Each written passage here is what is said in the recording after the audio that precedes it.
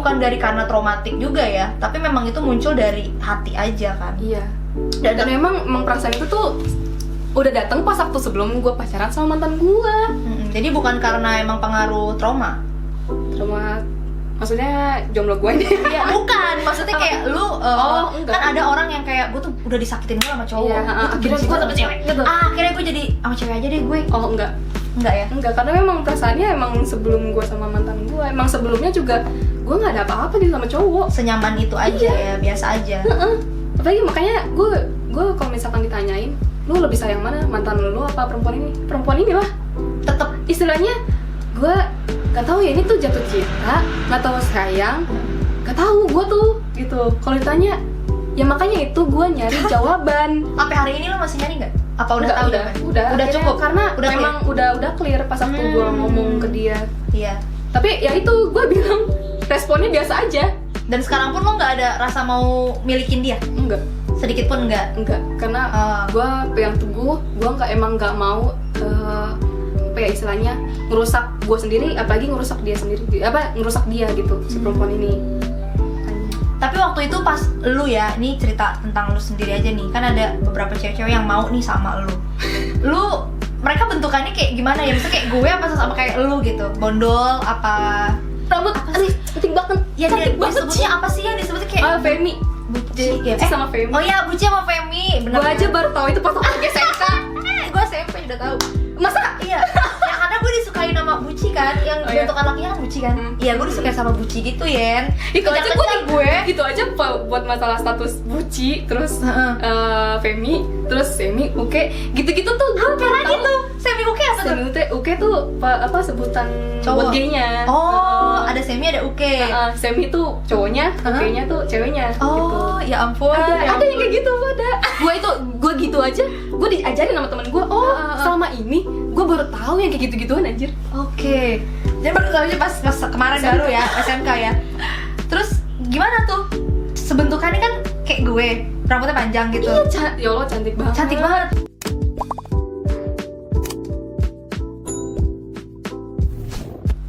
Tetep gak mau. Gue rambut pendek. Terus cowok lu saat itu nerima dengan lu yang rambut pendek? Iya, itu nerima apa gimana tuh? Itu bullshit banget sih. Supaya itu bullshit banget. Kenapa sih mantan gue katanya, aku tuh suka cewek tomboy. Katanya bisa lebih jaga diri.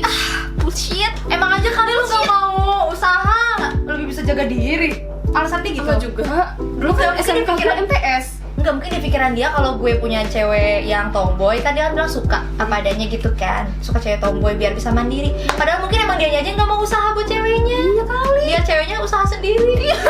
Namanya cewek mandiri, udah bisa semua kan? Iya kali. Cewek mandiri nggak butuh cowok, sayang. Cewek mandiri tuh nggak butuh cowok, anjay. Sombong banget lo. Sombong banget lagi. Tapi bener itu kan. Terus dia nerima lu dengan lu yang tomboy. Ya biasa kan kalau cowok mah kamu gini dong rambutnya. Iya gue pernah sih. Akhirnya dia ada omongan, kamu rambutnya panjangin kek. Ya udah tuh akhirnya gue niatan kan, gue coba segini tuh sebob kan sampai segini. Gue masih ada fotonya malah. Lu mau lihat?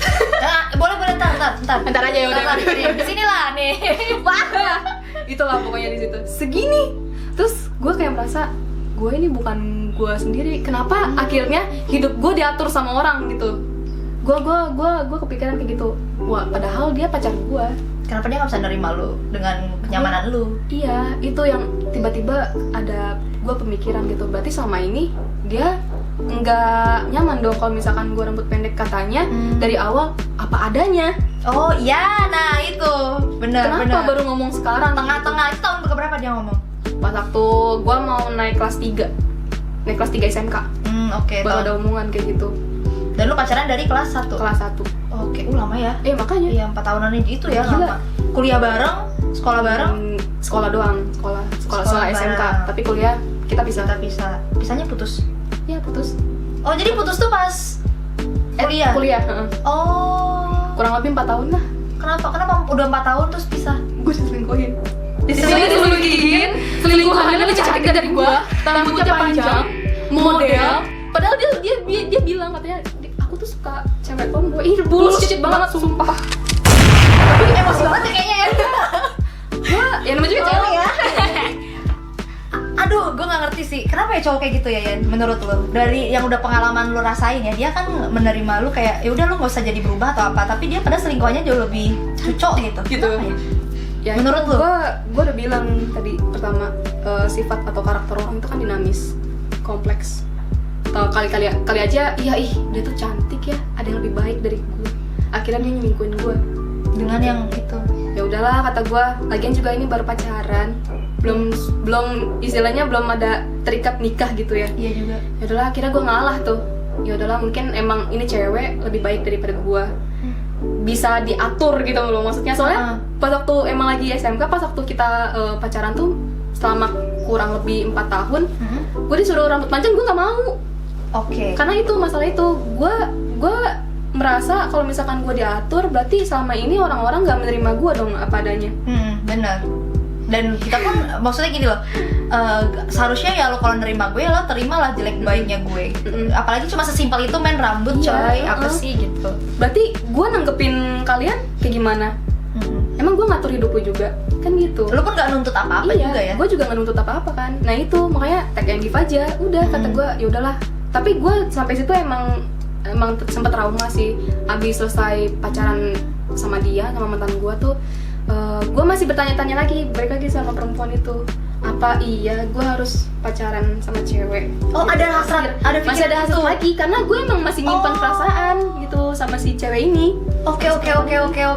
Jadi dari situ ya setelah lo ngerasa kayak hubungan lo, ya lo sebut toksik gak sih? Menurut lo? Bisa jadi. Toksik ya, kalau diselingkuhin. Dan lo udah percaya banget juga sama si cowok ini pastikan saat itu. Iyalah, gila lo hampir 4 tahun. Gila. Hampir 4 tahun, sepele banget diselingkuhin gitu. Diselingkuhinnya berapa lama? Setahu lo? Kayaknya gue nggak tahu ya kalau kebenarannya kayak gimana, tapi gue merasa kayaknya antara 2 minggu sampai 1 bulan gitu. Baru ketahuan dia main-main kayak gitu. Sebelumnya tapi dia nggak pernah main-main, nggak kasar juga. Enggak. Flat aja tuh hubungan. Flat aja. Gue merasa dia cowok baik gitu. Partner lu yang terbaik ya. Iya. Orang-orang juga mengenal dia alim. Ternyata gitu Li. Yang alim itu hanya martabak ya. Martabak alim. Martabak manis. Iya. Dan tidak semanis itu ya, Say. Aduh, dan ternyata lu pun setelah putus itu lu ngalamin trauma. Apa yang membuat lu trauma? Itu tadi masalah, kayaknya kok tapi abis pacaran sama dia yang bikin trauma, tambah trauma lagi, gue selalu digosting sama cowok-cowok. Di ghosting. Karena gue rambutnya pendek lagi gitu. Iya, karena jeleknya gue, maksudnya gue gamblang gitu ngomongnya. Terus gagat gue kayak cowok. Iya emang sih, tomboy. Kenapa? Ya terus kenapa? Bukan berarti lu jiwa lu laki juga gitu, nggak gitu. Berarti selama ini yang lu denger, apa yang lu percayain, lu kenal sama gue berarti dari orang-orang dong, bukan dari apa yang lu tangkep sekarang gitu. Tapi tetap aja yang namanya gue diincer cewek masih ada. Sampai sekarang masih ada. Gila ya. Aduh, gue nggak paham deh. Tapi sebenarnya nggak mau ya. Pribadi enggak. Karena emang rambut pendek. Gue maksudnya niat gue rambut pendek karena gue mau self branding gitu. Jadi jangan disalah artikan gitu ya buat teman-teman nih yang di sana gitu loh. Jangan disalah artikan. Jadi nggak semua orang jadi cewek-cewek rambut pendek itu harus lesbi, atau cowok yang meleho itu mereka tuh gay gitu. Balik lagi ke diri sendiri, dan lu pun berani untuk bilang enggak, gue udah tahu batas gue semana. Gitu kan. Balik lagi itu ke diri sendiri, mau atau nggak mau. Gitu. Kita emang boleh bergaul sama siapapun, kita mau sosial dimanapun sama siapapun, nggak ada yang larang. Tapi kan kita balik lagi, buang buruknya, ambil positifnya. Udah gitu aja. Itu hidup ya. Itu hidup guys, ambil baiknya, ya buruknya jadi pelajaran buat kita lebih baik gitu. Itu dia. Terserah deh kalian mau sosial sama siapa gitu. Menurut gue ya, yang gue lihat dari apa yang gue lihat gitu ya, sekarang orang-orang tuh kayak ngelihat cewek-cewek yang rambut pendek kayak gue statusnya gitu. Biarin statusnya kayak gue, maksudnya rambutnya pendek nggak belok, tapi sama aja gue tuh dikira belok mulu gitu. Pasti. Tapi ada lagi temen gue, padahal dia udah bener-bener tobat, tapi ini statusnya dia gay ya. Oh, dia gay, mantan gay. Mantan gay memang. Tapi sekarang udah pacaran sama cewek, tapi stigma teman-temannya yang udah tahu dia gay gitu, dia tetap dijudge. Padahal istilahnya dia udah bertobat gitu loh. Sekarang udah punya cewek. Emang sih rada melehoy, tapi bukan Gila, berarti dia tuh sekarang pacaran sama cewek cantik gitu. dia mau berubah Iya, ya. udah mau berubah gitu. Udah nemuin Dia, jalan. udah sadar gitu. Itu bukan hal yang baik gitu sebenarnya. Tapi sama aja dijudge juga gitu Itulah, sama masyarakat. lingkungan itu cuma bisa menilai dari apa yang dia lihat. Padahal sebenarnya dalamnya kan lu belum tahu ke akar-akarnya gimana, ngejalinnya gimana. Sama kan kayak lu datang ke rumah gue nih, tetangga gue mungkin ada aja yang ngomong kayak lu pakai udah kayak laki, motor gede kayak gitu kan. Lu pasti lesbi, pasti gitu kan. Pasti lu naksirnya sama perempuan. Dan gue pun yang datang ke rumah gue yang rambutnya bodol tuh gak cuma lu, Yen. Kebetulan emang banyak teman-teman gue yang tomboy gitu. Ada yang emang belok, ada yang emang enggak, ya gitu kan. Cuman ya gue kan karena orangnya nggak pilih-pilih, Yen. Lu tahu gue kan. Temenan gue sama siapa aja dan tetangga-tetangga gue pada heboh. Kayak maksudnya, "Pici ngapain sih lu tak ketularan lo?" Tuh gue digituin. Lalu ketularan jadi kayak gitu tuh. Iya, juga tetangga. Disukain, hah? Tetangga masa gitu, kan? Aduh, ampun deh gue. Jadi kayak yang menurut gue kita tuh nggak perlu ngejudge orang, tapi selama memang kita tahu batasan, kita bisa jaga diri. Kena mental juga kan? Kena mental sampai lo ke psikiater nggak tuh? Sempet Enggak, gue emang waktu itu sampai sempet bener-bener habis freak-freaknya putus sama mantan gue sampai kurus, gila. Gue 3 hari nggak keluar rumah, nggak keluar kamar, nggak makan. Emak gue juga bingung. Udah sih, lagian ngapain sih nanggepin cowok ini? Tapi lama-lama tuh kayak balik lagi ya ke kita sendiri. Oh ya, kita tuh bisa menilai.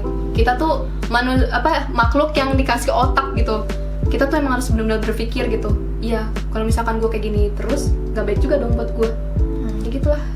Akhirnya, oh iya, kita tuh emang nggak ada salahnya juga sih. Maksudnya kita tuh benar-benar lagi di masa muda gitu. masa muda. Kompleks dan dinamis. Itu ada baik dan buruk. Itu tergantung dari kita yang ngejalanin kan. Ya gue banyak banget pelajaran gitu. Sama pas waktu gue masa-masa gue SMP sampai sekarang gitu, yang namanya ngelewatin perasaan yang tadi, yang mau belok mau enggak, terus freak-freaknya gue, terus sampai nyobain yang hal-hal yang kayak tadi minum sampai ngerokok gitu-gitu, Pergojolakan banget. iya. itu nggak bisa dihindarin gitu loh.